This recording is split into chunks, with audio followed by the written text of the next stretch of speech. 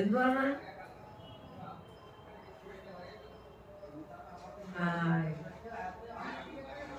నిమిత్త మాత్రమే ఏమీ లేదంటున్నాం, ఏమీ లేనట్టున్నాం కాబట్టి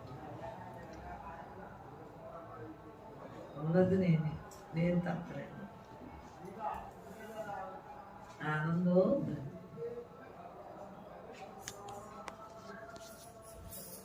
అతీతంగా ఉండాలి కదా.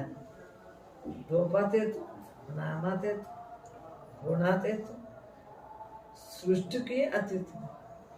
మళ్ళీ సృష్టి మనలో రాకూడదు, రాదు. పరమాత్మగా ఉన్నప్పుడు ఇప్పుడు ఎక్కడున్నాం? అలానే ఎక్కడ లేవు, అంతలో ఉన్నాం. ఉన్నా నీ మనసుకు లేవా? లేవు. ఉన్నదంతా బ్రహ్మైనప్పుడు